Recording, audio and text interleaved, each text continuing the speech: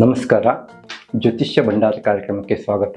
ಮೇ ತಿಂಗಳ ಮಾಸ ಭವಿಷ್ಯ, ಅದರಲ್ಲಿ ಧನುಸು ರಾಶಿಯವರಿಗೆ ಹೇಗಿದೆ ಅನ್ನೋದು ನೋಡಿಕೊಂಡು, ಅವಕಾಶಗಳು ಮತ್ತು ಬೆಳವಣಿಗೆಗೆ ಸೂಕ್ತ ಸಮಯ. ನೀವು ತೆಗೆದುಕೊಳ್ಳುವ ಹೊಸ ಪ್ರಯತ್ನಗಳು ನಿಮ್ಮ ಜೀವನವನ್ನು ಬದಲಾಯಿಸುತ್ತದೆ. ಹಾಗೆ ದೊಡ್ಡ ದೊಡ್ಡ ಒಂದು ನಿರ್ಧಾರಗಳು ತೆಗೆದುಕೊಳ್ತೀರಲ್ವಾ, ಅದಕ್ಕೆ ಒಂದು ಒಳ್ಳೆಯ ಸಮಯ ಅಂತ ಹೇಳ್ಬೋದು. ಕೆಲವೊಂದಿಷ್ಟು ಸಮಸ್ಯೆಗಳು, ಗೊಂದಲಗಳು ಬರುತ್ತೆ. ನಿಮ್ಮ ಧೈರ್ಯ ಮತ್ತು ಧನಾತ್ಮಕ ಚಿಂತನೆಗಳಿಂದ ಅದನ್ನು ಗೆಲ್ಲಬಹುದು. ಹಾಗೆ ಆದಾಯದ ಕಡೆಗೆ ನೋಡೋದೇ ಆದರೆ ಆದಾಯ ಹೆಚ್ಚು ಕಾಣಿಸಿಕೊಳ್ಳುತ್ತದೆ. ಹೊಸ ಆದಾಯಗಳ ಮೂಲ ಪ್ರಾರಂಭವಾಗುತ್ತದೆ.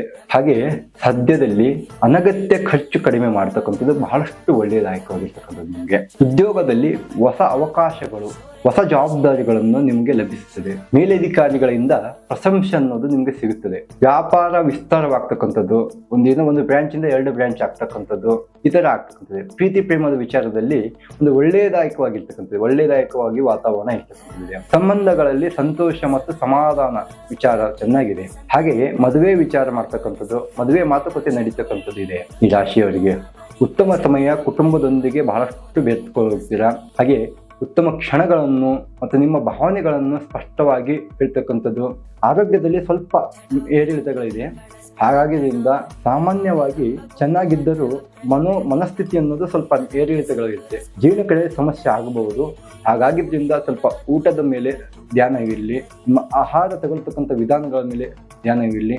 ಶುಭ ದಿನಾಂಕಗಳು 1, 9, 15, 21, 28 ಈ 5 ಶುಭ ದಿನಾಂಕಗಳಿದೆ. ಹಾಗೆ ಎಚ್ಚರಿಕೆ ದಿನಗಳು ಅಂದರೆ 4, 12, 20 ಈ ದಿನಗಳಲ್ಲಿ ಯಾವುದೇ ಕೆಲಸ ಕಾರ್ಯಗಳು ಮಾಡಬೇಕಂದ್ರೆ ಸ್ವಲ್ಪ ವಿಚಾರ ಮಾಡಿಬಿಟ್ಟು ಮಾಡಿದ್ದು ಬಹಳಷ್ಟು ಒಳ್ಳೆಯದಾಯಕವಾಗಿರ್ತಕ್ಕಂಥದ್ದು ಇದೆ. ಹಾಗೆ ಈ ರಾಶಿಯವರಿಗೆ ಪರಿಹಾರ ಏನಪ್ಪಾ ಅಂದ್ರೆ, ರಾಶಿ ಅಧಿಪತಿಗೆ ನಮನ ಮಾಡ್ತಕ್ಕಂಥದ್ದು. ಹಾಗೆ ಪರಿಹಾರ ವಿಷ್ಣು ಸಹಸ್ರನಾಮ, ಹಾಗೆ ವಿಷ್ಣು ದೇವರಿಗೆ ಹೋಗಿ ಪೂಜೆ ಮಾಡ್ತಕ್ಕಂಥದ್ದು.